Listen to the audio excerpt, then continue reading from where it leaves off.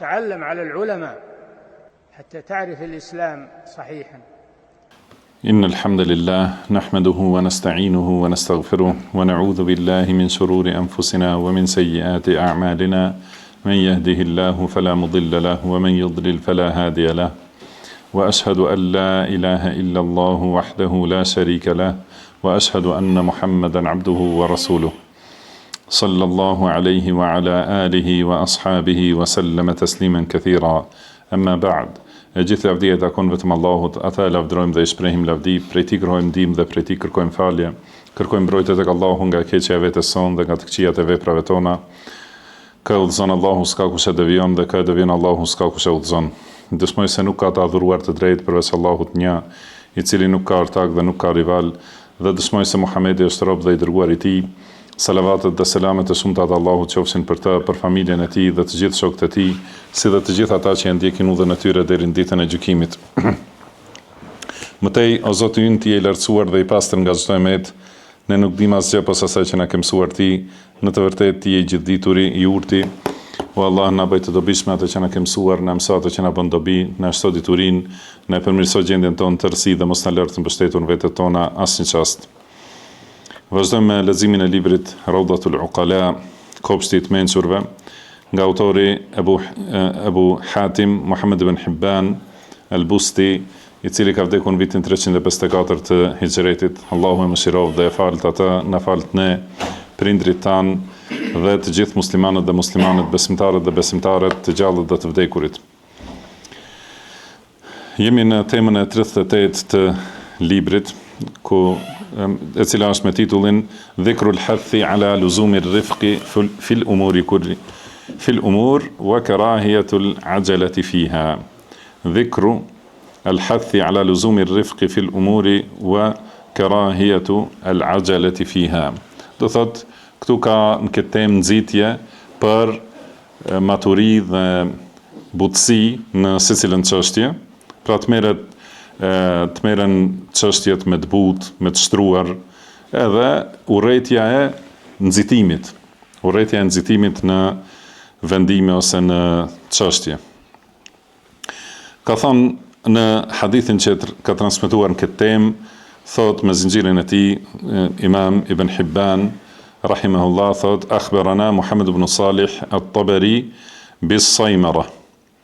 Qala haddathana Abdul Jabbar ابن العلاء العطار قال حدثنا سفيان عن عمرو بن دينار عن ابن أبي مليكة عن يعلى ابن مملك عن أم الدرداء عن أبي الدرداء رضي الله عنه قال pra me këtë zinxhir transmetohet nga Abu Darda radhiyallahu anhu se ka thënë i dërguari Allahut sallallahu alaihi wasallam ka thënë men u'tiya hadhahu min ar-rifqi faqad u'tiya hadhahu min al-khair.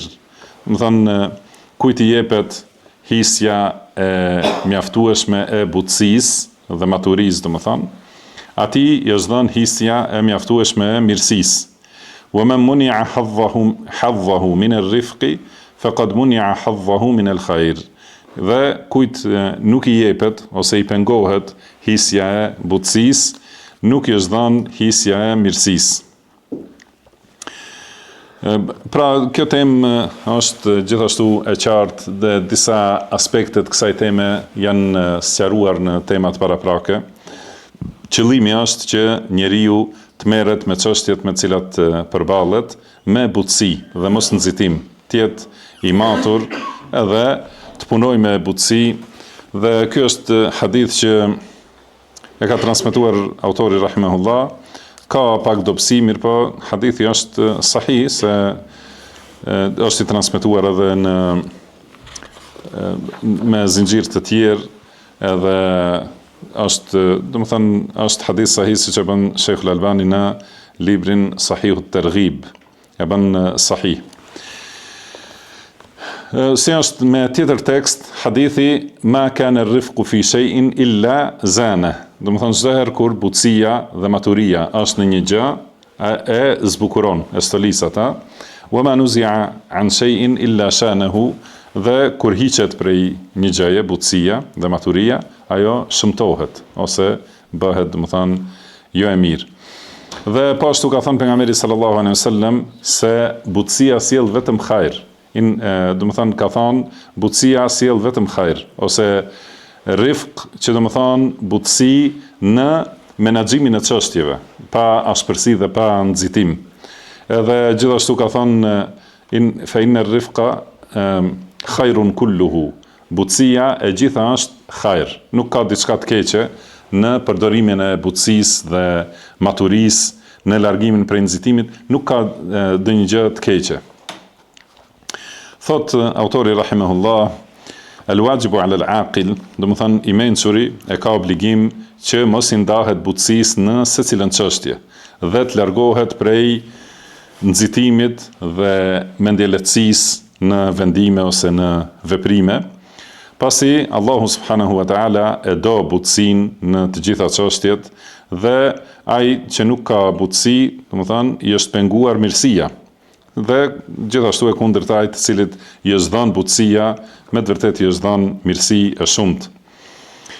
Dhe nuk ka thot autori rahimahullah, nuk ka mundësi njeriu ta arrijë kërkesën e tij ose dëshirën e tij ose synimin e tij, nuk ka mundësi me asnjë mënyrë sipas asaj që do ai të plotësohet, përveç se me vazhdimsi në butësi, mos nxitim, maturi, mendim i thellë dhe e kundërta e nxitimit, do të thonë, pra nuk arrihen ato synimet dhe qëllimet, nuk arrihen të mirat që i dëshiron njeriu përveç se me këtë rrugë. Dhe ka thënë, ma ka thënë këtë poezi Muntasir ibn Bilal al-Ansari, ka thënë ar-rifqu mimma sayalqa al-yumna sahibuhu wal-khurqu minhu yakunu al-unfu waz-zalalu. Do thotë prej butësisë njeriu do të arrijë dhunti ose gjithmonë optimizëm, do të thonë ose pozitivitet. Prej butësisë gjithmonë arrin pozitivitet. Wal-khurqu, kurse do të thonë ahmaklloku ose mendjelehtësia sjell dhunë dhe devijim, shtrembrim prej qëllimit dhe largim prej rrugës. Wal-hazmu an ya'tiya lil-mar'i fursatuhu fal-kaffu anha idha ma amkanat fashalu. Do thotë vendosmëri, do të thonë pjekuri e plot burni dhe vendosmëria është kur njeriu t'i vjen shansi i mirë që ta shfrytëzojë dhe ta marrë, ta fitojë këtë shans. Kurse largimi prej momentit kur vjen mundësia dhe shansi, atëherë kjo është dështim. Wal birru khairul amri aqibatan wallahu lil birri aunun ma lahu mathalu. Do thot, bamirësia është një punë që e ka gjithmonë përfundimin ose rezultatin e mirë, të dobishëm. Gjithmonë kur bën mirë, patjetër se fundi do të jetë e mira dhe fitoria. Nuk është e vërtet ajo fjalë që qarkullon të knet e populli, do të thonë bëj mirë dhe gjej keq, nuk është ajo e vërtet. Gjithmonë njeriu nëse bën mirë, patjetër do të gjej mirë.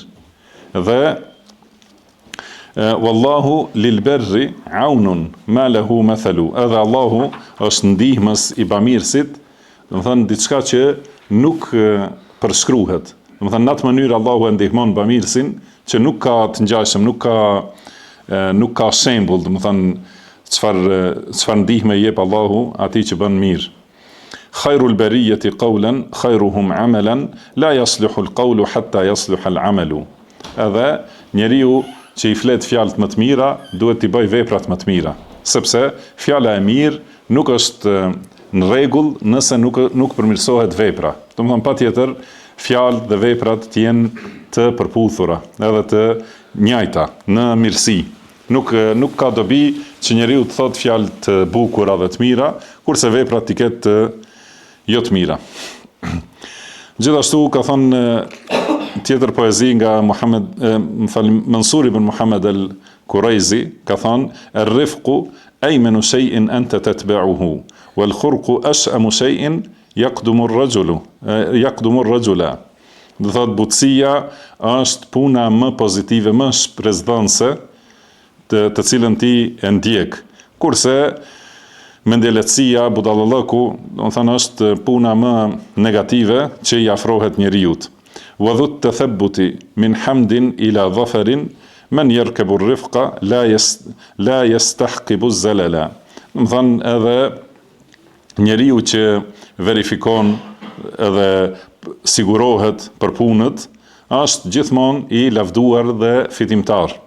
Kurse dhe gjithashtu thot ai që e ndjek butësinë nuk ka mundësi të mbledh gabime dhe devijime. Do të thënë, nëse nuk nxiton edhe i merr punë me të shtruar, me ngadal, me siguri, me butësi, do thotë është nuk mbledh, nuk e ngarkon çantën tënde me devijime ose rrëshqitje. Po ashtu ka thënë një tjetër poet, Ahmed ibn Musa al-Azraq, ka thënë wa zin al-kalama idha nataqta fa innama yubdi al-uqula aw al-uyub al-mantiq. Thot mati fjalët, pesoj fjalët kur do të flasësh diçka.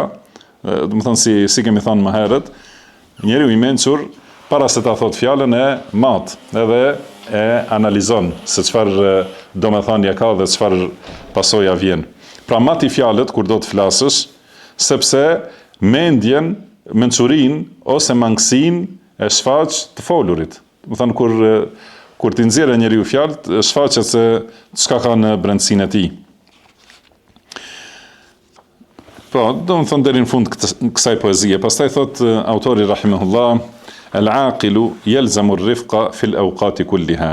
Do të thënë njeriu i mençur është gjithmonë shoqëruesi i butësisë në secilën kohë dhe çdo herë është i drejtë mesatar në secilën situatë, sepse shtimi, do të thënë më shumë se ajo që duhet, do të thënë kur bën diçka më shumë se sa duhet, është mangësi.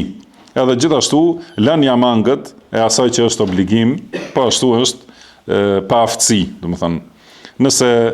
Nëse nuk e kryen thot masën e duhur, i thuhet kësaj pa aftësi, nuk ke arritur ta plotësosh, do të thënë nisabin. Por nëse shton më shumë se sa duhet, gjithashtu quhet mangësi dhe jo menaxhim i mirë. Thot nuk ka udhëzues më të mirë, më të ndritshëm se sa butësia.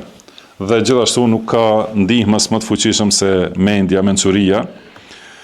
Me butësi njeriu është i mbrojtur prej dëmtimeve dhe kur mbrohet prej dëmeve, shpresohet se do të jetë i shpëtuar.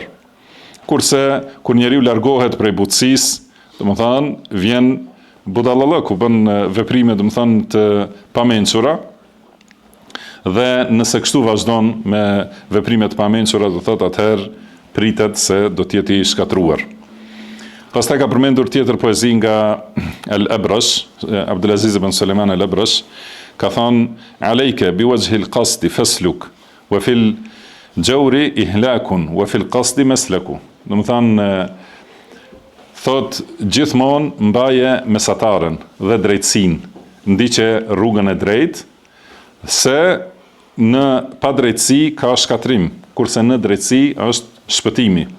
Idha anta lam ta'rif li nafsika qadraha tuhammiluha ma la tatiqu fatuhliku. Do thotë nëse ti nuk ja njeh vetes peshën, nuk e di se sa është e fuqishme vetvetja jote, nuk e di për çka je i aftë saktësisht, atëherë ngarkon veten me diçka që nuk mund ta bartësh dhe kështu e shkatron veten tënde. Pastaj thot autori rahimahullah, thot ar-rifqu la yakadu yusbaq. Do të thënë butësia nuk ka mundësi të askush ta parakalojë. Do thotë ai njeri që vepron me butësi, që është i butë, i matur, edhe nuk nxiton, do të thonë, nuk ka mundësi askush ta parakalojë atë. Edhe nëse ec ngadalë, do të thonë, nuk mund të parakalohet. Kema anna al-ajila la yakadu yalhaq. Gjithashtu edhe i nxituari nuk ka mundësi të arrijë. Do të thonë, ai që është i matur, i mençur, edhe e vepron secilin vendim në vendin e vet, është njeri që nuk arrihet, nuk mund të parakalohet, pas nuk mund të arrihet, se shkon shumë përpara. Kurse njeriu që i bën veprat me nxitim, nuk arrin se gjithmonë bie në gabime. Domethënë është sikur kur nisesh me makinë për dikun, nëse nuk i shikon shenjat e rrugës, nuk i shikon semaforët edhe hin me nxitim, domethënë nuk do të arrish deri te caku që i ke. Nëse ec me butësi, me mençuri, dhe pa nxitim, atëherë, do të arrish edhe këta të nxituarit nuk mund të parakalojnë asnjëherë, edhe nëse i jep më shumë, shpejtësisë makinës. Thotë wa kama anna man sakata la yakadu yandam, po ashtu ai që hesht, rrallë vështirë është që ai të pendohet. Nëse nuk flet. Dhe gjithashtu ai që flet, vështirë është se do të shpëtoj prej mangësisë ose prej gabimit.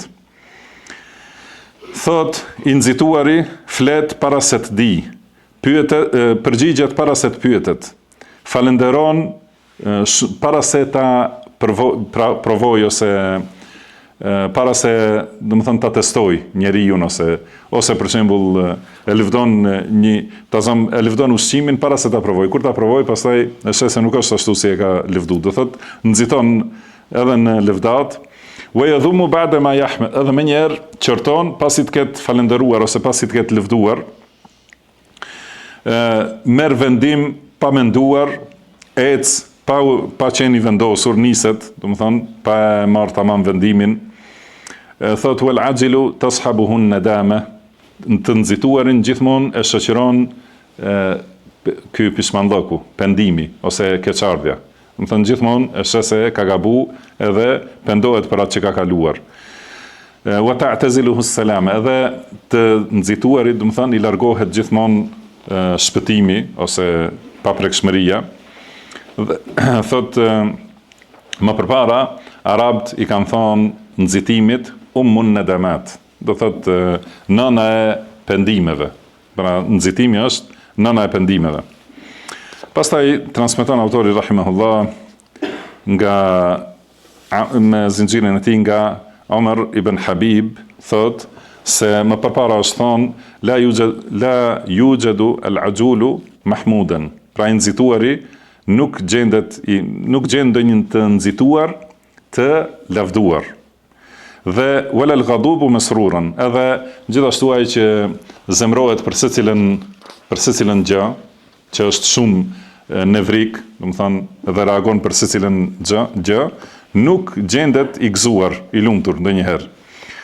Wala al-hurru harisan, edhe njeriu që është i lirë, që nuk është i varur nga lakmit dhe interesat, nuk e gjen këtë njeriu e lirë, nuk e gjen, do thot, që të vrapoj pas interesave asnjëherë. Wala al-karimu hasudan, edhe njeriu fisnik nuk është asnjëherë ziliqar. Wala al-sharihu ghaniyan, wala al-malulu dha ikhwan, edhe ai njeri që është ashtu i pamatur në shpenzime, që nuk e mendon edhe që është mendje madh ose që do të tregohet, nuk gjen një njeri të tillë që ka pasuri, që është i pasur. Edhe po ashtu, njeriu i bezdisshëm nuk gjen njeri të bezdisshëm me shok. Njeriu që e ka të rand këtë shoqërimin, njerëzit i largohen atij. Dhe thot, nëse njeriu të nxituar i vjen një shans, edhe i vjen mirësia, nuk është i falendëruar për këtë, nuk është, nuk i llogaritet ajo në një arritje. Nëse e qëllon atë, nuk i llogaritet arritje. Nëse e gabon, është i qortuar, nëse nuk e shfrytëzon shansin. Pastaj ka transmetuar autori rahimahullah me zinxhirin e tij nga Khalid ibn Barmak, ka thënë men istata'a an yamna'a nafsahu arba'ata ashya fa huwa khaliqun alla yanzila bihi kabiru makruh.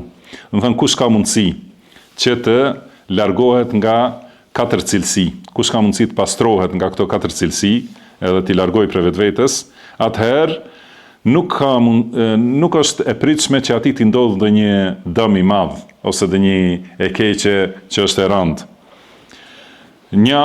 Këto 4 cilësi janë nxitimi, polemizimi, vetpëlqimi dhe përtatësia.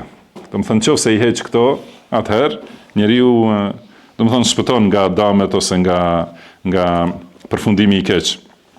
Sepse thot, pasoja e nxitimit është pendimi i përhershëm. Pasoja e polemikës, pasoja e polemizimit është dyshimi. Domethënë njeriu vazhdimisht me secilin do të polemizojë dhe hyn secilin lamë dhe me secilin person. Ka thënë Imam Maliku, rahimahullah, kush e shton polemikat, i shton ndryshimet. Domethënë vazhdimisht njëherë është në sunet, njëherë në këtë bidat, njëherë në tekfir, njëherë në irxha, domethënë të gjitha pra është gjithmonë njeri me dyshime, nëse bën shumë polemika. Wa thamaratul ujb al-bughdha, edhe gjithashtu vetpëlqimi, rezultati i vetpëlqimit është urrëtia te njerëzit dhe rezultat i përtatësisë ose shtyrjes të punëve gjithmonë është poshtrimi, edhe që mbetet domethënë njeriu i poshtruar. Pastaj thot autori rahimahullah transmeton nga Imam Ma'mar, ka thënë kataba Amrun ila Muawiya yu'atibuhu fi at-ta'anni. Domethënë i ka shkruar Amri Muawiyes radhiyallahu anhuma, të dy, i ka shkruar edhe ka këshilluar, domethënë që mos ketë domethënë kështu vonim ose shtyrje të punëve ose përtatësi. Ka thënë fa inna at-tafahuma fil khairi ziyadatun wa rushd. Domethënë kuptimi, thellimi në kuptimin e të mirës është shtim i udhëzimit. Dhe atij që nuk i bën dobi butësia dhe maturia, do t'i bëj dëm nxitimi dhe budallallaku. Atij që nuk i bëjnë dobi përvojat, domethënë nuk mund të arrijë kuptimet e thella. Wala yablughu ar-rajulu mablagha ar-ra'yi hatta yaghluba hilmuhu jahlahu. Edhe njeriu nuk ka mundësi të arrijë në pozitën e mençurisë dhe analizës saktë, përderisa kjo vetë përmbajtja, për cilën folëm dje, nuk është më e fuqishme se ignoranca e tij. Dhe durimi, përderisa durimi nuk është më i fuqishëm se epshet e tij. Domethënë të gjitha këto nuk mund t'i arrijë njeriu përveç se me fuqinë e hilmit. Domethënë vetë përmbajtjen.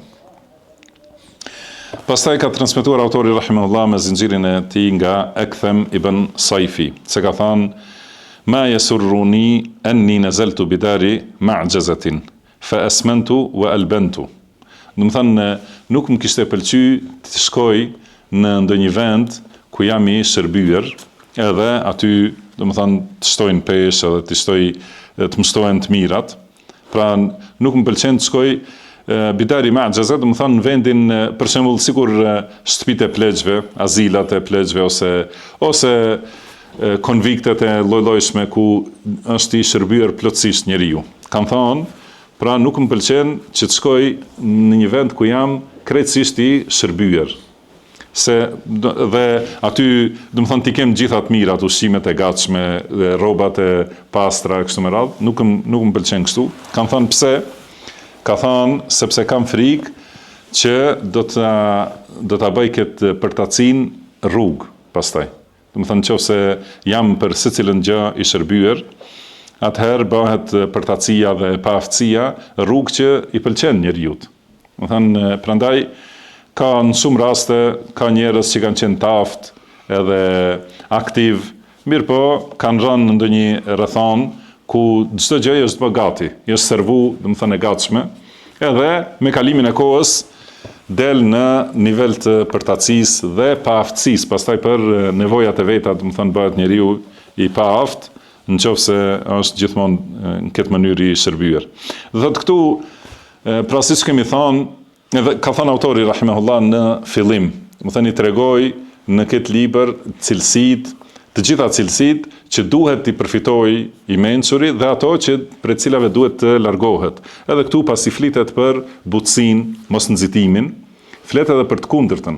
Do të thonë ky mos nxitimi, ngadalësia nuk do të thonë përtaci ose pa aftësi. Thotë duhet aktivitet i fuqishëm me mensuri dhe secila gjë në vendin e vet.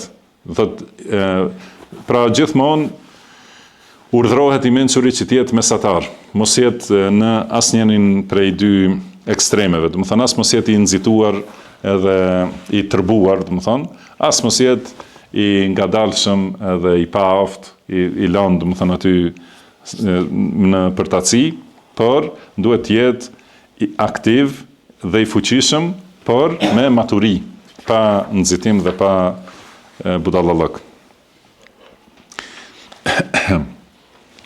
Pastaj ka thënë këtë poezi Muntasir ibn Bilal al-Ansari, ka thënë wa alayka fi ba'd al-umuri su'ubatan war-rifqu lil-mustas'abati miranu. Thotë duhet në disa gjendje tua, në disa çështje tua, të ballafaqohesh me vështirësi.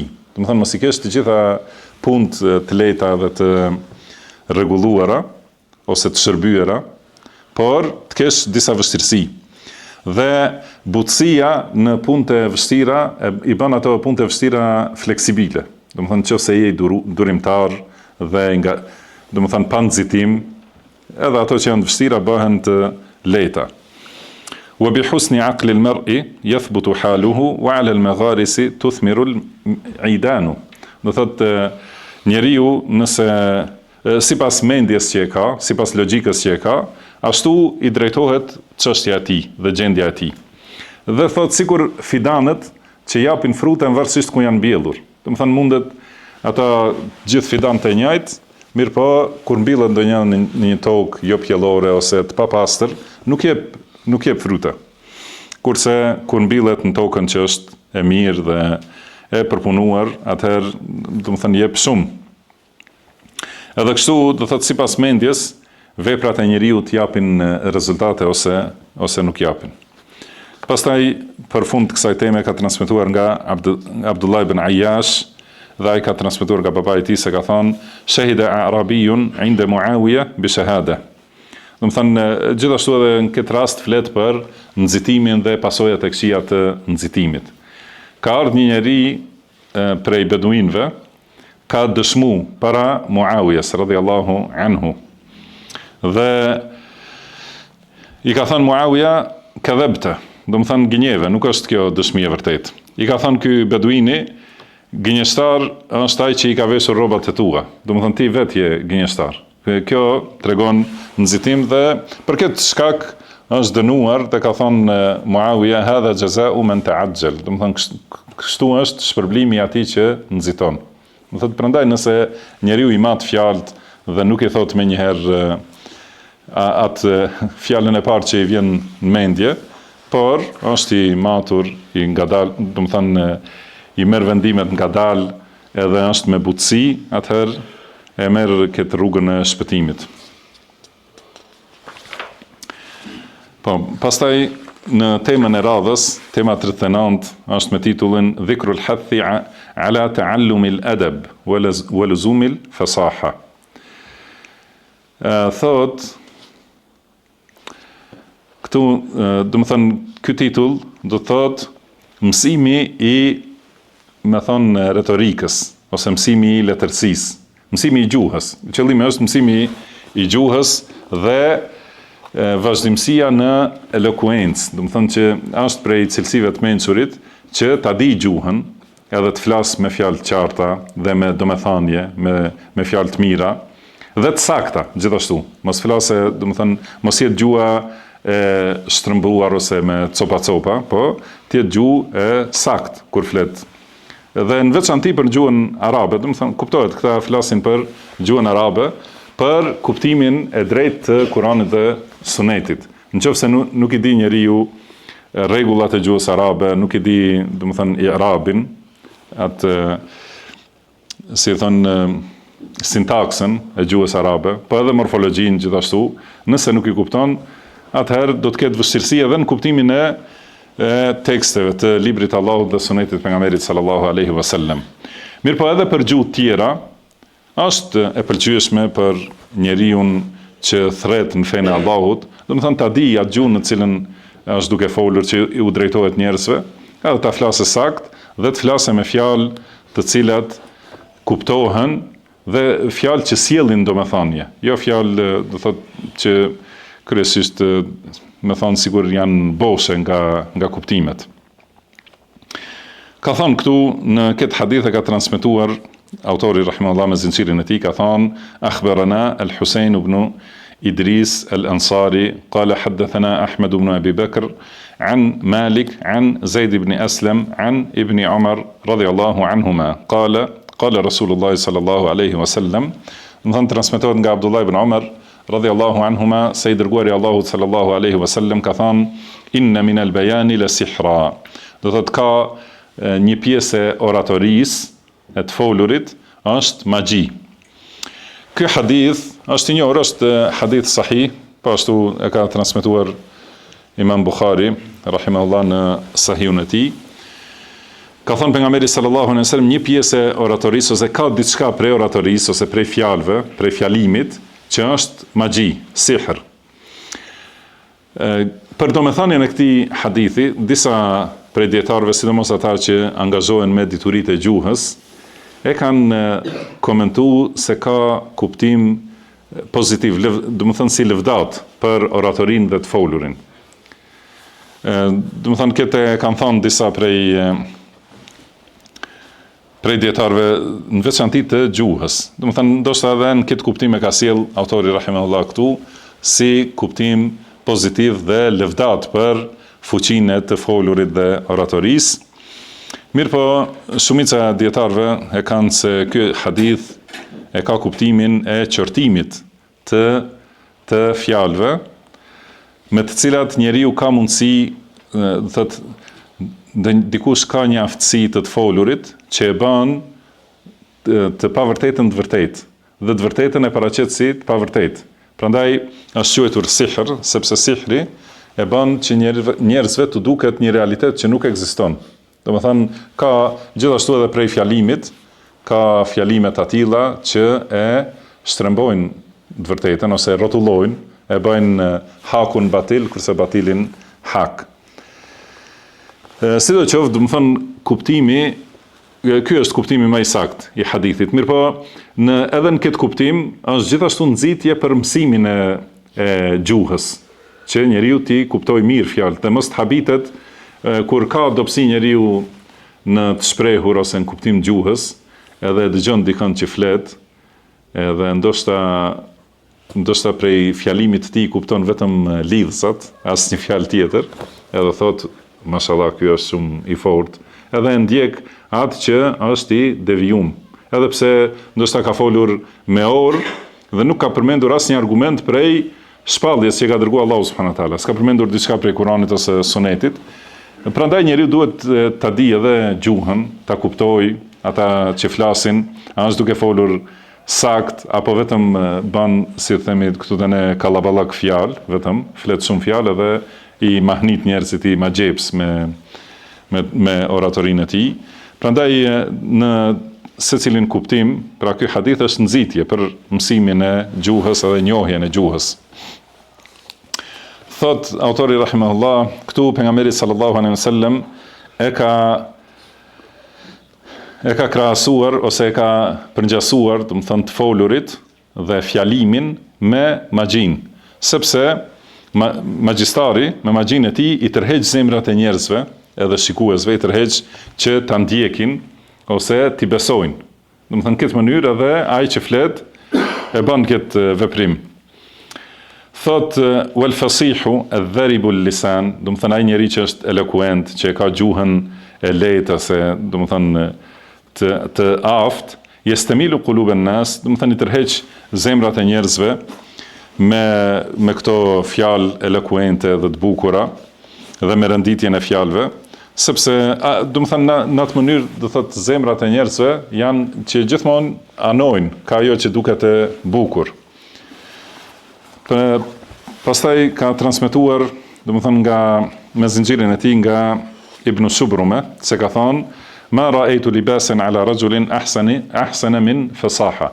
Nuk kam pa një veshje më të bukur të një njeri se sa elokuenca. Domethënë që kur flet bukur, kur njeriu flet edhe i thot fjalët sakt, është sikur, domethënë ti kishte pas el-khaz el-adkan, domethënë ato mëndafshat e ngjyrosur, domethënë pra rrobat më të bukura.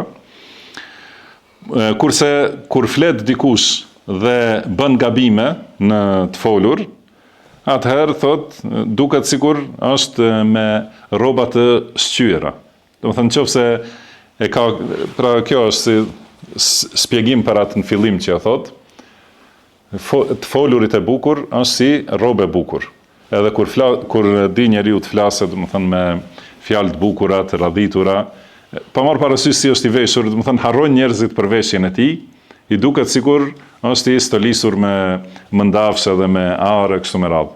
Kurse kur flet me dobësi dhe me gabime, me fjalë që nuk janë, domethënë gramatikisht, do thotë në vendin e vet, atëherë sikur t'i ketë rroba të shqyera. Pastaj ka thonë autori rahimahullah, e shpjegon këtë: "El-fasahatu ahsanu libasin yalbasuhu ar-rajul." Do të thonë elokuenca dhe të folurit e drejtë, është për qëllim të folurit sipas rregullave të gramatikës së gjuhës, të cilën e flet. Do të thonë kjo e folur i thuhet fasaha, do thotë kjo është veshja më e bukur e njeriut.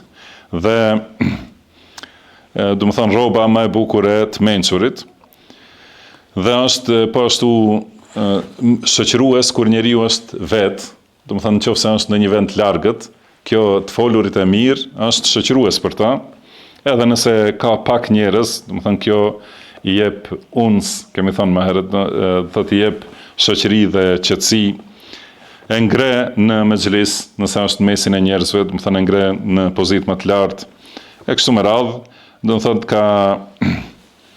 ka përmendur disa përparësi dhe vlera të folurit të saktë. Pastaj ka thonë kur dy njerëz janë të barabartë në mençuri, do të thonë dy njerëz që kanë dituri të njëjtë, edhe kuptim të njëjtë, mençuri të njëjtë, rrugë të saktë të dytë, atëherë njëri është që bën gabime gjatë folurit, tjetri nuk bën gabime. Do të thonë çdo herë ai që nuk bën gabime do të jetë në nivel më të lartë.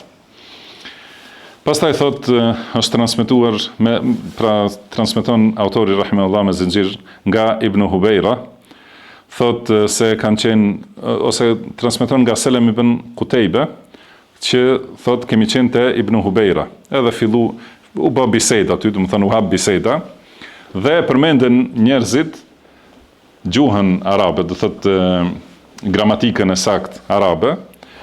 Ka thonë Ibn Hubeira: "Wallahi mastawa rajulani hasabuhuma wahidun wa muru'atuhuma wahida, ahaduhuma yalhan wal akhar la yalhan." Thotë nuk bëhen të barabartë dy njerëz që kanë preardhjen e njëjtë, do të thonë në aspektin e pozitës shoqërore janë të njëjtë, dhe kanë gjithashtu burrnin ose diturinë ose mençurinë, do të thonë kanë të njëjtë, por njëri bën gabime në gjuhë, tjetri nuk bën, do të thonë thot nuk janë të barabartë këta, edhe pse i kanë gjitha të tjera të njëjta. Dhe thot më i vlefshmi në dunja dhe në ahiret është ai që nuk bën gabime në gjuhë. Pastaj thot transmetuesi Selim ibn Qutejbe, i thash: "Aslah Allahu al-amir", do të thonë Allahu e përmirësoft prisin ton, do të thonë është lut për ta. Ka thonë mirë e kuptojmë që njeriu është më i vlefshëm në dunja për shkak të elokuencës edhe saktësisë të folurit, po si është në ahiret më i vlefshëm? Si ka mundësi, do të thonë, që të fitojë më shumë në ahiret pse ditë flase? Ka thonë Ibn Hubeira, ai e lexon librin e Allahut, ashtu si ka zbritur libri i Allahut. Do të thonë përsëri themi se flasin për gjuhën arabe dhe saktësinë e artikulimit, domethënë saktësinë e gramatikës, sepse gjuha arabe, e gjithë gramatika është vetëm te zanoria e fundit e fjalëve. Domethënë njohuria e gramatikës thotë është që ta vendosësh zanorën e saktë. Pasi siç dihet, arabishtja shkruhet vetëm me bashkëtingëllore. Edhe atëherë në fund të fjalës a është fetha ose dhamme ose kesre ose është sukun, domethënë aty tregohet njohja e gjuhës arabe. Prandaj thot kur njeriu e lexon librin e Allahut, edhe e lexon ashtu siç ka zbritur, ky i cili e njeh gjuhën, kuptohet se është më i vlefshëm se ai i cili bën gabime edhe nuk i shqipton tamam dhe fut në librin e Allahut diçka që nuk është prej tij. Do të thënë atë që nuk e ka zbritur Allahu i lartësuar. Atëherë nuk i ka shpërblimet si ai i pari që e ka lexuar pa gabime.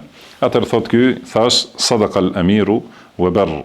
Do të thënë të vërtetën e tha emiri dhe pra pushtetari ose prisi dhe me të vërtetë na dha përfitim. Thot pastaj transmeton autori rahimahullah nga Abdulaziz ibn Ahmed ibn Bekkar, që ka qenë imam i Mesjidul Haramit në Mekke, i ka thënë: "Ma hullatun nusijet bid-durri wadh-dhahabi illa wa ahsanu minha al-mar'u bil-adabi." Do thot asnjë robë që është qëndisur me margaritar dhe me ar, me flori, nuk mund të jetë më e bukur se një njeri i cili ka thot elokuencë ose të shprehur të bukur.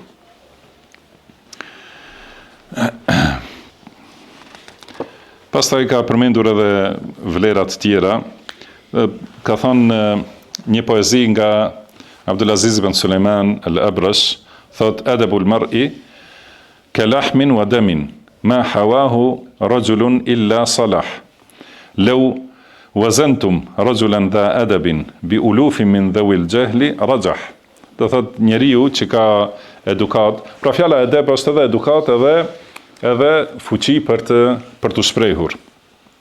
Njeriu me edukat dhe me elokuencë, ose përpara se thot njeriu, pra edukata dhe elokuenca janë si mishi dhe gjaku. Kur njeriu i ka të mjaftueshme, është i fuqishëm, do thot. Dhe nëse e matni njeriu me elokuencë dhe me edukat, e peshoni me mira prej atyre që janë ignorant, ky do të peshoj gjithmonë më shumë. Pastaj thot, ka transmeton nga Abdurrahman ibn Mehdi, rahimahullah, se ka thënë: "Ma nadimtu ala shay'in ka nadamati anni lam anzur fil arabiyya." Dhe nuk jam penduar për diçka më shumë se sa jam penduar që nuk kam mësuar më shumë gramatik, do të thënë gjuhës arabe. Thot, transmeton al-Asma'i, transmeton autori rahimahullah me zinxhirin e tij nga Imam al-Asma'i, se ka thonë mësojeni gramatikën, sepse bite, do të thënë Benu Israil kanë bërë kufër për shkak të një fjale. Thot që ka qenë me tashdid. Pra nëse e kuptoni leximin e gjuhës arabe, një fjalë ka qenë me tashdid dhe ajo shkronjë e cila ka tashdid duhet të përsëritet. Edhe ka kuptim ndryshe në gjuhën arabe, ndryshe kur është me tashdid, ndryshe kur është pa tashdid. Kanë thënë, e kanë lexuar një fjalë që Allahu e ka zbritur, ka thënë: "Ja Isa inni walladtuka." O Isa, do të thënë kjo fjalë që është lami me tashdid, walladtuka, do thotë të bëra të lindësh nga nana e virgjër, do të thënë. Kurse ata e kanë lexuar pa tashdid, walladtuka, do të thënë atëherë do thotë të linda, unë të linda, do të thënë edhe kanë thënë me këtë kanë bërë kufër, do të thënë për shkak mosnjohjes së gjuhës. Kjo tregon rëndësinë, do të thënë të e njohjes së gjuhës. Pastaj thot se erdhi një njeri te Hasan al-Basri edhe i tha: "Si thua, mirë, kjo gjithashtu për gjuhën arabe, ata që kanë mësuar pak, që të kuptojnë disa." Ka thënë: "Ma taqulu fi rajulin taraka abihi wa akhihi." Nëse e përkthejmë këtë shqip, është sigur me thonë, si thua për një njeri që jesë larguar ai njeri babain dhe vllain. Ka thonë Haseni, thuj ebahu wa akhahu, do të thënë jesë larguar babait dhe vllait. Ka thonë mirë, çka është puna me babait dhe vllait, ka thonë ky, ma li ebahu wa li akhahu. Ka thënë Hasan al-Basri, ma li ebihi wa li akhihi, thuj, do të thënë çka është puna me babain dhe vllain. Ai ka thonë, ky njeri ka thonë, çka të flasun ti patjetër me më kundërshtu. Do të thënë tregon se nuk, pra mosnjohja e gjuhës nuk i mundson njeriu që gjithashtu ta kuptojë edhe bisedën, ta kuptojë edhe pyetjen, edhe përgjigjen e dietarit. Për këtë shkak edhe na ka ndodhur në vështirësi dhe probleme për shkak të mos kuptimit të përgjigjeve të dietarëve nga disa njerëz. Pastaj ka thonë gjithashtu me zinxhirin e tij nga Imam al-Asma'i, se ka thonë leysat al-balaghatu bi khiffati al-lisan wala kathrati al-hadayan walakin bi isabati al-ma'na wal qasdi ila al-haja. Do të thotë nuk është elokuenca që njeriu di të flasë shumë fjalë, edhe ta ketë gjuhën e lehtë, do të thënë që i vërtitet shpejt gjuha edhe nxjerr fjalë të shumta, nuk është kjo elokuenca, por është që i qëllon kuptimet e sakta me fjalët e tij, kur ka nevojë. Do të thënë e sjell fjalën e saktë aty ku është nevoja. Wa inna ablagha al-kalam ma lam yakun bil qarawi al-mujadda' wala al-badawi al-mu'arrab. Do të thënë fjala më e bukur është ajo që nuk është, shikoni, thotë, është njohur në kohën e vjetër se beduinët kanë pas gjuhën më të pastër, edhe kanë pas pa gabime. Kurse banorët e qyteteve ose fshatrave, do të thotë, ku ka pas përzierje me njerëz të huaj, kanë qenë qytete, do të thonë, si qendra ku kanë qarkullu tregtarët, udhëtarët e kështu me radhë, kanë hyrë të huaj. Edhe prandaj gjuha në ato vende ka qenë më e dobët, kanë bërë më shumë gabime në të folur. Thot, pra Asma'i, thot gjuha duhet të jetë jo si ata që e flasin dhe me qytetarët, me gabime dhe me fjalë të huaja, siç bëhet, domethënë, dhe mos jetë siç flasin këta beduinët me secilin, domethënë me i'rab ekstrem, domethënë çdo gjë. Pra të jetë mesatare e lehtë që mund ta kuptojë secili pa ndonjë pengesë. Edhe në kohën tonë mund të themi edhe për në gjuhën shqipe, nuk duhet të jetë ndonjë dialekt që nuk e njeh askush, po edhe nëse teprohet në gjuhën letrare, se me keqardhja tani shumica e popullit tonë nuk e kuptojnë tamam gjuhën letrare. Me fol 100% letrare, nuk e marrin vesh shumë prej njerëzve, prandaj duhet të jetë një gjuhë mesatare. Përndryshe pashtu thot autori rahimahullah, wa min ahmed al-fasaha, do të thënë ajo elokuenca më e lëvduar është që njeriu të ketë fuqi të shprehet shkurtimisht kur është nevoja menjëherë të flase me fjalë të shkurta dhe të ketë fjalë kur e zgjat fjalimin. Do të thënë të ketë fjalor të pasur, se ka mundësi që dikush nëse i kërkohet të sqarojë diçka me 2-3 fjalë, nuk ka mundësi. Duhet patjetër ta zgjeroj, ta shtjelloj. Kjo është dobësi në të shprehur. Ose dikush mund të flasë shkurt, mirëpo nëse i kërkohet një fjalim më i gjatë, atëherë i harxohen fjalët, nuk di, domethënë duhet i përsëris një. Do thotë elokuenca e lëvduar është që njeriu të jetë i fuqishëm të shprehet shkurt dhe të ketë fjalor nëse flet gjatë. Wa ahsanul balagha wuduhu ad-dalala wa husnul ishara.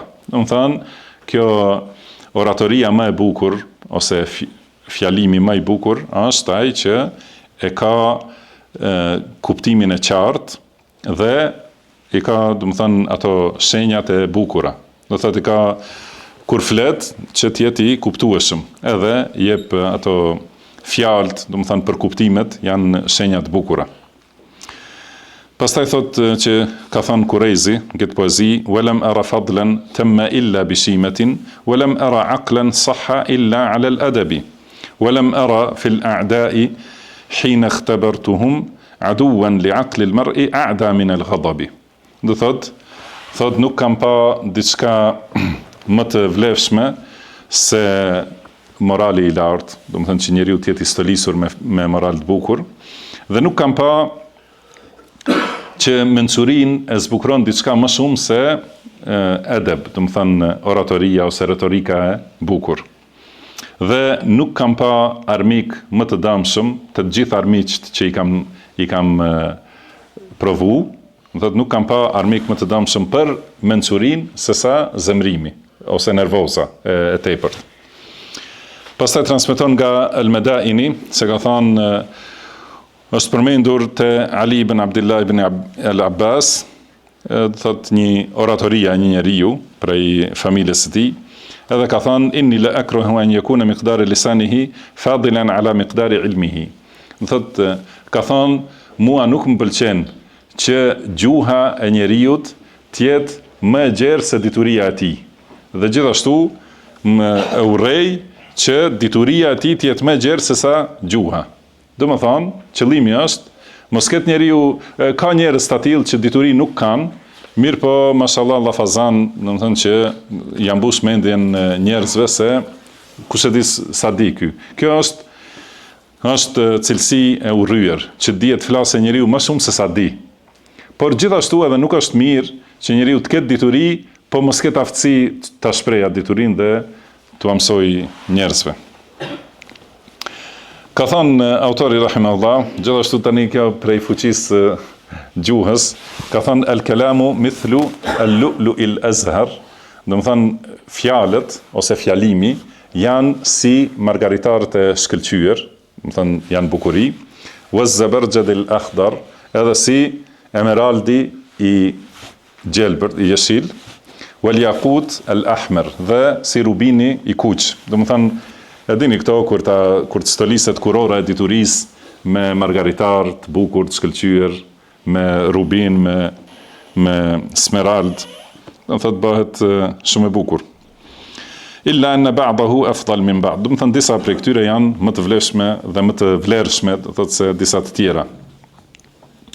Por ka disa fjalë dhe disa fjalime që janë, thot, mithle al-khazaf, wal-hajar, wal-turab, wal-madar. Edhe ka disa fjalime që janë si ato eshtra, do të thonë, ose gur thjesht në për rrugë, ose dhe leshi për shembull i dhenve, do të thënë me ato nuk bëhet ajo stolia shumë e mirë. Pastaj ashtu transmeton nga Asma'i, edhe kjo është shumë e rëndësishme për kuptimin e rëndësisë së njohjes së gjuhës arabe. Thot, unë kam frikë, thot Asma'i, kam frikë se për nxënësin e dijes, nëse nuk e njeh sintaksen arabe, nëse nuk e njeh mirë, kam frikë se hyn te fjala e pejgamberit sallallahu alaihi wasallam, men kadhaba alayya mutaammidan falyatabawwa maq'adahu min an-nar. Do të thënë kush gënjen për mua qëllimisht, ka thënë pejgamberi sallallahu alaihi wasallam, le të përgatitet për ulsen në zjarr. Ky hadith është prej haditheve më mutawatira se çdo lloj hadithi. Do të thënë shumë e kanë transmetuar sahabët, sepse janë friksuar nga kjo gjendje dhe kanë pas shumë kujdes në transmetimin e hadithit. Ka thënë pra ky imam, ka qenë imam edhe në dituri, do të thënë edhe në diturinë e gjuhës edhe në shkencat të tjera, ka thënë njeriu që e mëson fen dhe nuk e di mirë arabishtën, kam frikë se hyn te kjo fjalë e pejgamberit sallallahu alaihi wasallam, kush gënjen për mua qëllimisht, le të përgatitet për ulsen në zjarr. Sepse ka thënë pejgamberi sallallahu alaihi wasallam nuk ka bërë gabime në të folur, nuk ka bërë lahn, i thuhet arabisht, do të thënë që ta bëj me fethat që duhet të jetë me dhamme në fund, ose nuk ka bërë gabime pejgamberi sallallahu alaihi wasallam asnjëherë.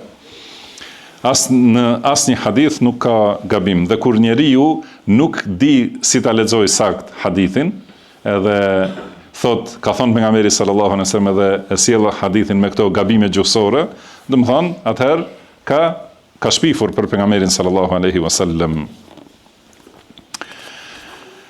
Dhe në fund transmeton nga Shu'be, rahimahullah, për autori me zinxhir deri te Shu'be, thot mathalu alladhi yatlubu alhaditha wa la ya'rifu an-nahwu, do të thënë një njeri që mëson hadithin dhe nuk e njeh sintaksën e gjuhës arabe, është si një kafsh që i është vënë mikhla, i thon arabisht, do thot një si torb, strajc, ose një enë, ja kanë varë në qafë, ku ja kanë vendos ushqimin.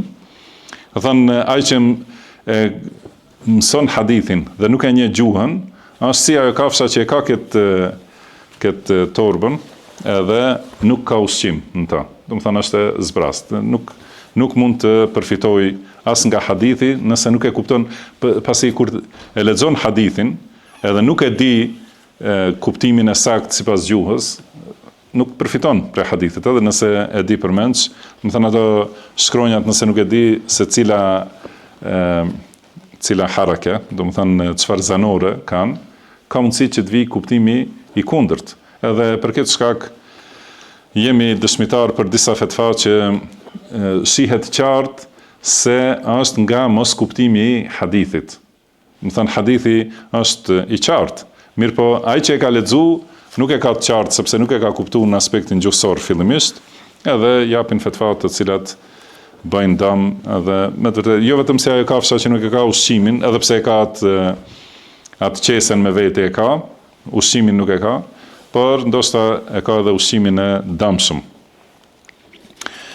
Pastaj ka thonë një temë tjetër, prej kësaj, tema 40, thot dhikru ibahati gjemalil dhikru ibahati jam'il mal lil qa'imi bi huquqihi. Do të thënë, përmendim argumente se lejohet grumbullimi i pasurisë ose mbledhja e pasurisë për një njeri që i kryen detyrat e pasurisë. Kjo është më rëndësishme, do të thënë u fol shumë për zuhdin, për largimin prej dunjas, dhe kemi përmendur në secilën temë, kemi përmendur se kjo nuk do të thonë që njeriu muslimani duhet të largohet krejtësisht prej pasurisë, prej punës, prej të mirave të dunjas, nuk duhet të largohet. Mirë po, duhet atë pasuri ta mbledh vetëm me halal, vetëm sipas ligjeve që i ka caktuar Allahu subhanahu wa ta'ala, dhe gjatë kësaj mbledhje të pasurisë mos i jape përparësi më shumë se sa obligimeve ndaj Allahut, dhe pas mbledhjes pasurisë ti kryej detyrat që janë lidhje me pasurinë. Do të thënë atëherë, ajo është pasuri e mirë dhe e dobishme. Thot autori rahimahullah e transmeton këtë hadith, thot akhbarana Ahmed ibn Muhammad ibn al-Husayn ibn bint al-Hasan ibn Isa ibn Masarjis قال حدثنا جدي قال حدثنا ابن المبارك قال أنبأنا موسى ابن علي ابن رباح عن أبيه عن أبي قيس مولى عمرو بن العاص عن عمرو بن العاص رضي الله عنه. Thot me këtë zinxhir transmetohet nga Amr ibn al-As radhiyallahu anhu se i dërguari Allahut sallallahu alaihi wasallam ka thënë: Ja Amr, ni'ma al-malu as-salih lir-rajuli as-salih.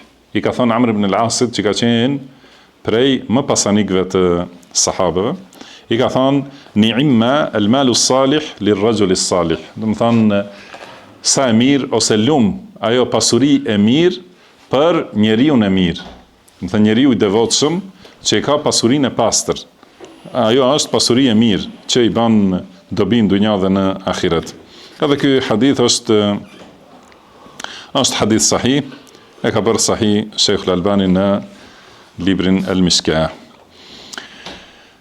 Ka thënë, pra këtë duhet ta kuptojmë se njeriu që është i devotshëm, që e ka synim ahiretin, nuk e ka synim dunjan, nuk e ka brengën më të madhe dunjan, po brengën më të madhe e ka ahiretin, dhe punon për dunja sipas asaj që ja ka leju Allahu subhanahu wa ta'ala, dhe mbledh pasuri të pastër, halal, dhe këtë pasuri e përdor aty ku është i kënaqur Allahu i lartësuar, atëherë, do të thënë ajo lum për atë pasuri te ky njeri i mirë, te ky njeri i devotshëm. Edhe padyshim se Amr ibn al-As ka qenë prej më të devotshmëve të këtij umeti dhe të njerëzimit në përgjithësi, një prej më të devotshmëve, edhe pse ka pas pasuri, nuk është dhënë mas dunjas që ta harrojë ahiretin. Edhe ky hadith ka dobësi diçka. Edhe përmend autori, thotë kemi përmendur detajet për këtë në librin El Fasl Baina El Ghina wal Faqr, domethënë dallimi mes pasurisë dhe varfërisë. Pra siç tham, njeriu nuk e ka synim kryesor ose brengën më të madhe dunjan dhe pasurinë, por punon sipas asaj që ja ka lejuar Allahu, duke e pasur brengën më të madhe ahiretin dhe fiton pasurinë e pastër. Pastaj e di se kjo pasuri, domethënë me këtë pasuri ka obligime që duhet t'i kryej dhe brenda në këtë pasuri ka obligime që duhet t'i plotësoj po ashtu. Dhe një prej këtyre obligimeve ose obligimi kryesor ose detyra kryesore që është në pasuri është zakati, se ka thënë Allahu subhanahu wa taala për njerëzit e mirë banorët e xhenetit, wa fi amwalihim haqqun ma'lum lis-sa'ili wal mahrum. Thotë në pasuritë e tyre ka një hak detyrim të njohur. Do të thënë që e din ata se këtë pasuri që e posedoj unë, në këtë ka një hak, kam një detyrim të njohur që është për lypsit dhe skamnort. Do të thënë ata të varfrit, haku, detyra e zakatit që është patjetër të jepet varfërve, por edhe jashtë zakatit gjithashtu ka pjesë të pasurisë që duhet njeriu të japë sadaka dhe të japë lloje të tjera të obligimeve që duhet. Gjithashtu edhe në këtë pasuri janë obligimet ndaj vetvetes edhe ndaj familjes që duhet t'i kryejë njeriu. Se përndryshe nëse pasuria nuk të bën dobi, do të thënë siç do thuhet pak më vonë, ajo nuk është pasuria jotja. Nëse prej saj nuk e përfitu, atëherë nuk ka, do të thënë nuk llogaritet se është e jotja dhe nuk është diçka e mirë për ty pse e ke pasur, pse e ke grumbullu. Thot, pastaj në këtë poezi që ka thënë Mansur ibn Muhammad al-Kuraizi, ka thënë idha kana ma jama'ta laysa binafi'in fa anta wa aqsa an-nas fihi sawa'u ala anna hadha kharijun min athamihi wa anta alladhi tujza bihi wa tusa'u. Thot, nëse pasurinë që e ke mbledhur e ke deponuar, nuk të bën dobi, atëherë ti dhe ai më i largëti në botë që është prej kësaj pasurie, jeni të njëjtë. Do të thënë, ti pse e ke futur në depo pasurinë, mirë po nuk përfiton prej saj, atëherë çka ka dallim ti që e ke aty afër edhe ai dikush që është në fund botës, me këtë pasuri jeni të njëjtë. Por edhe me një dallim, se ai nuk ka përgjegjësi për këtë pasuri. Ai nuk ka përfitu prej pasurisë tënde, as ti s'ke përfitu. Por ai nuk ka përgjegjësi, kurse ti do të dënohesh, dhe do ta marrësh, domethënë atë që nuk e ke kryer detyrën me këtë pasuri, do të pyetesh për pasurinë. Ka thënë pejgamberi sallallahu alejhi wasallam, në ditën e gjykimit nuk lëvizin këmbët e birit Ademit para Allahut pa u pyetur për 4 gjëra, dhe një prej tyre është për pasurinë. Dhe pyetja për pasurinë, ato tjera të përmenden nga një pyetje, kurse për pasurinë 2, prej ku e ka fituar dhe ku e ka shpenzuar. Pyetet patjetër njeriu ku e ka fituar këtë pasuri, do të pyetet para Allahut subhanahu wa taala. Ndërsa nëse vetëm e mbledh pasurinë, edhe nuk i kryen ato detyrime, siç tham, ndaj vetvetes një herë, ndaj familjes, edhe obligime të tjera prej zakatit dhe shpenzimeve tjera që janë për hir të Allahut, atëherë ajo pasuri nuk është e jotja, se ka thënë pejgamberi sallallahu alejhi wasallam, siç transmetohet, do të thënë kur e ka përmendur fjalën e Allahut elhakumut takathur. Elhakumut takathur. Do të thënë ju ka habitur, ju ka mashtruar garimi për të shtuar më shumë. Secili do më shumë pasuri se tjetri të ketë. Kjo ju ka mashtru. Ka thënë pejgamberi sallallahu alejhi wasallam, thotë biri i Ademit thot pasuria ime. Vazhdimisht thot, domethënë e ka breng pasurinë, ta shtoj, ta mbledh, ta ruaj, thot pasuria ime, por thot pejgamberi sallallahu alejhi wasallam, ti në çka ke prej asaj pasurie? Ke vetëm atë që e ke veshur dhe e ke grisur, domethënë e ke harxhu, atë që e ke ngranë dhe e ke mbaru, dhe atë që e ke dhënë sadaka dhe e ke çu përpara. Domethënë kjo është pasuria jote. Kurse ajo tjetra është për trashëgimtar, do të thënë ti nuk përfiton prej asaj, por vetëm ato që i ke shfrytzuar në dynja, sipas rregullave që i ka zbrit Allahu subhanahu wa taala, pa teprim dhe pa mangësim, dhe atë që i ke dhënë për te Allahu subhanahu wa taala dhe ke dërguar përpara që ta gjesh në ahiret.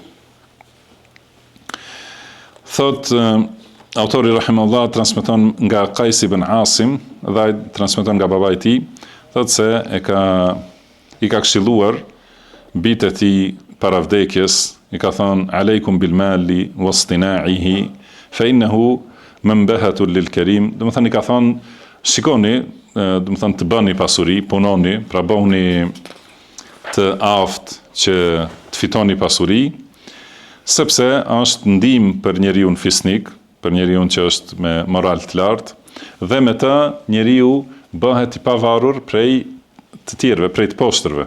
Do të thënë që mos ketë nevojë ti ulet atyre që nuk janë në nivelin e fisnikrisë si duhet, dhe mos ju lypni njerëzve, sepse ky do të thënë është fitimi i fundit i njerëzit, kur nuk ka tjetër mënyrë për fitim. Thot autori rahimahullah, inna min ahsani ma yantafi'u al-mar'u bihi fi umrihi wa ba'da al-mamat. Do të thënë më e mira për cilës përfiton njeriu gjatë jetës së tij dhe pas vdekjes së tij, cila është taqwallah wal amalu salih. Do të thënë takwaja ndaj Allahut dhe veprat e mira. Këto janë fitimi i plot edhe në dunja dhe edhe pas vdekjes për në ahiret. Prandaj kjo duhet të ketë parasysh si bazë kur flasim për fitimin e pasurisë edhe shfrytëzimin e pasurisë, duhet ta dimë se përfitimi i vërtet edhe për në jetën e dunjas, edhe për në ahiret kur del para Allahut subhanahu wa taala, përfitimi i vërtet është takwaja dhe veprat e mira. Prandaj thotë është obligim për të mençurin, i mençuri e ka për detyrë që të punojë në rininë e tij, domethënë në atë mënyrë që e drejton, thotë e bën të udhëzuar, të sakt, si këshej alladhi la yufariquhu abadan wa fima yuslihu bihi dinahu. Do të thënë ti rregulloj ato çështje që nuk do t'i ndahen asnjëherë.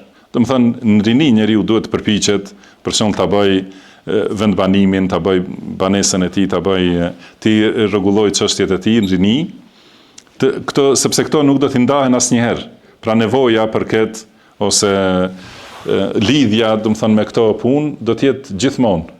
Dhe gjithashtu diçka që do t'i ndihmoj për fenë e tij. Do të thënë ti rregulloj çështjet që nuk i ndahen asnjëherë në jetesën e dunjas dhe që ja përmirësojnë çështjet e fesë së tij. Dhe të përpiqet për ato punë që ndoshta nuk do t'i gjej nesër.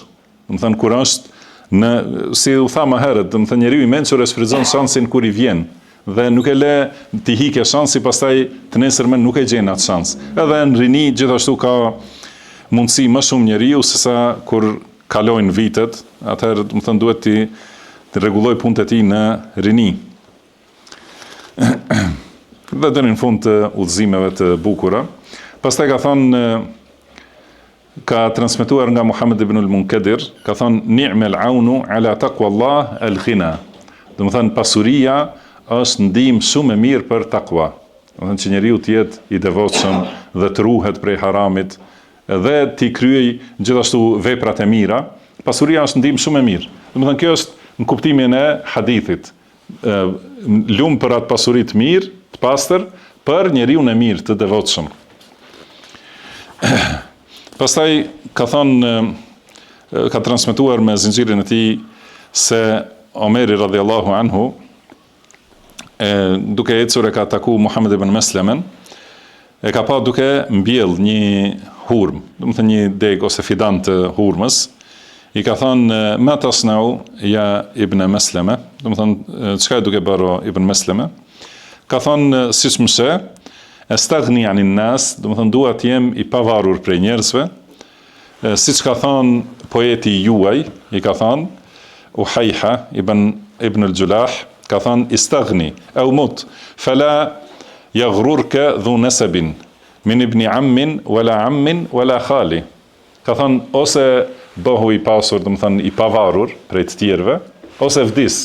Edhe mos u mashtro me familjarët ose farefisin, djalin e xhaxhait ose xhaxhain ose dajen. Mos u mashtro, do të thënë nëse ata kanë kështu me radhë janë të fuqishëm.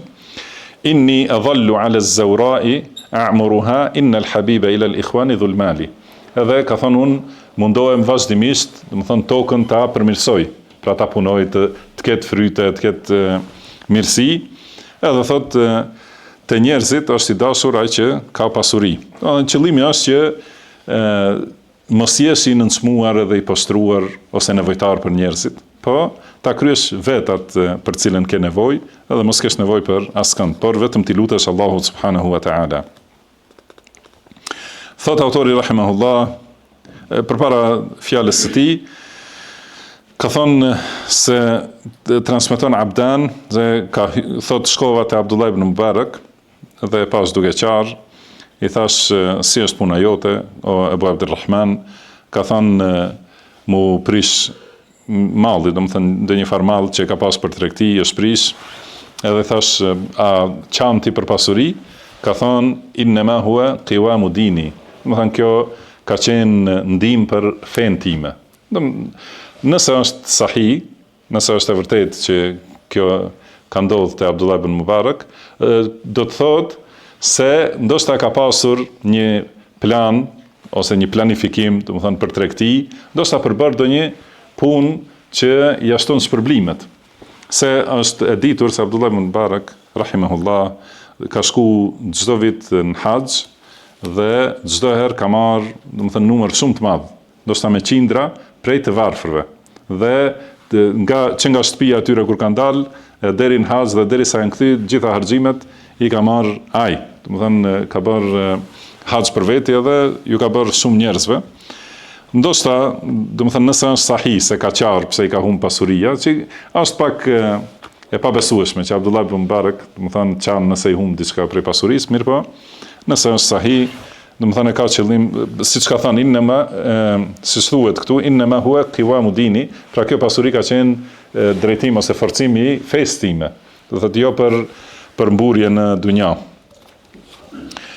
Thot autori rahimahullah, njeriu më i lumtur është ai që e ka pasurinë e pastër, do të thënë jo prej haramit, që e ka vendbanimin të mjaftueshëm, do të thotë që është i kënaqur, gjithashtu afif, do të thënë pra është arabisht men kana ghinahu afifan. Ai që pasurinë e ka me dinjitet, ose që e ka fituar me halal, ose do të thënë që është i kënaqur, nuk kërkon më shumë, nuk është lakmitar. Atëherë pasuria e tij është më e mira. Dhe shtëpinë gjithashtu e ka me cilën është i kënaqur, sepse thot nëse njeriu e ngarkon varfëria, atëherë ai patjetër do të largohet prej turpit, do ta heq turpin. Do të thënë do të bëhet, nuk do t'i vi turp që t'ju kërkoj njerëzve ose t'u nënshtrohet njerëzve. Edhe gjithashtu thot varfëria e largon mençurinë dhe burrnin, dhe e largon edhe diturinë, nëse njeriu ndjehet i varfër. Gjitha këto duhet ta kemi parasysh se, siç ka thënë pejgamberi sallallahu alejhi wasallam, kush e ka synim ahiretin, Allahu atij ja bën zemrën të pasur. Dhe pasuria e dunjas i vjen e nënshtruar, kurse ai që e ka synim dynjan, Allahu ja bën varfërinë para syve të tij. Dhe nëse njeriu e ka pa marrë parasysh sa ka të deponuar, por e ka varfërinë para syve, atëherë edhe dituria humb, edhe edukata humb, edhe turpi humb, edhe gjithashtu udhëzimi, do të thënë nuk ruhet, e largon njeriu udhëzimin dhe shkon vrapon vetëm pas interesave të dunjas.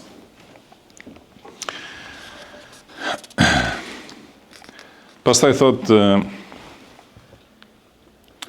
gjithashtu transmeton nga Ejub se më ka thënë Ebu Qilabe, o Ejub, ilzam suqak, do të thënë puno të tregu yt, të dyqani yt, sepse do të jesh i nderuar dhe fisnik ndaj vëllezërve tu, për aq kohë sa nuk ke nevojë për ta. Nuk do të kesh, do të thënë nuk do të jesh nevojtar për ta, atëherë je i nderuar dhe i dashur.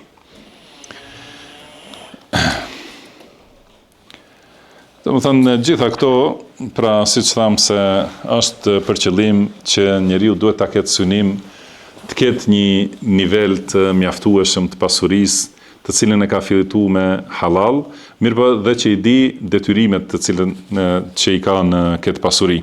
Më në fund thot autori rahimahullah, pasuria më e keqe është ajo që prej cilës nuk dalin detyrime. Domethënë nuk dalin prej asaj pasurie ato që i ka detyrim të nxjerr njeriu. Dhe më e keq, gjithashtu pasuria më e keqe është ajo që është marrë jo nga halali dhe nuk i është dhënë haku dhe që është shpenzuar dikun që nuk është halal. Domethënë këto tre aspekte. Pasuri që nuk është fituar me halal dhe pastaj gjithashtu një pasuri që aty ka detyrime në atë pasuri pronari dhe nuk i jep, nuk i kryen, dhe ose gjithashtu nëse shpenzon këtë pasuri aty ku nuk është halal. Domethënë kjo është pasuria më e keqe e njerëzit.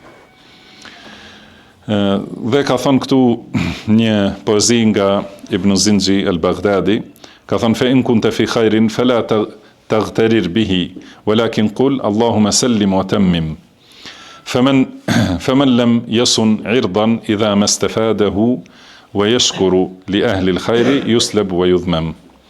Thot, nëse ke të mira, pra ke pasurit, ka dhënë Allahu, mos u mashtro me ta, mos mendo se u bën i plot fuqishëm ose do të thonë se nuk ke nevojë për askënd, mos u mashtro, por thuaj, o Allah, ma mbroj dhe ma plotso të mirën, dhuntin, do të thonë bëje që mos dëmtohet edhe gjithashtu të plotësohet e mira.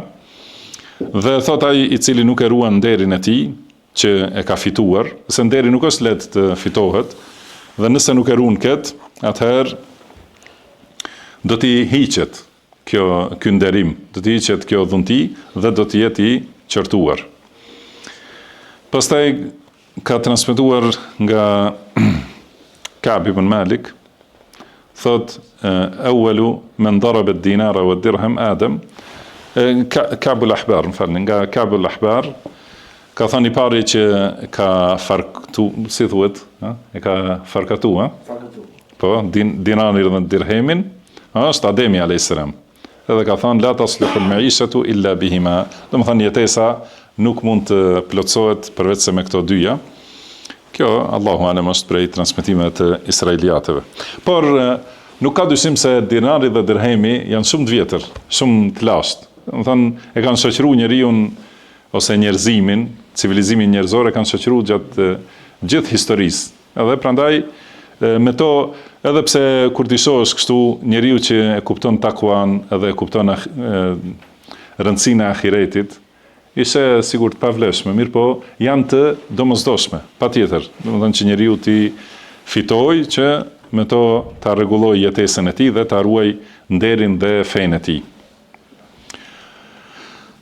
Thot autori rahimahullah, kam përmendur, domethënë prej këtyre transmetimeve te libri As-Sakha wal-Badhl, domethënë bujaria dhe shpenzimi, kam përmendur edhe domethënë analizë kritike të transmetimeve, edhe thot s'ka nevojë të përsëriten këtu. Mjaftohemi me këto tri tema sot dhe e lutim Allahun subhanahu wa taala që të na japë atë më të mirën me të cilën ai është i kënaqur dhe që e do ai subhanahu wa taala. O Allah, na bëj të dobishme atë që na ke mësuar, na mëso atë që na bën dobi, na shto diturinë, na përmirëso gjendjen tonë tërësi dhe mos na lër të mbështetur vetët tona asnjë çast.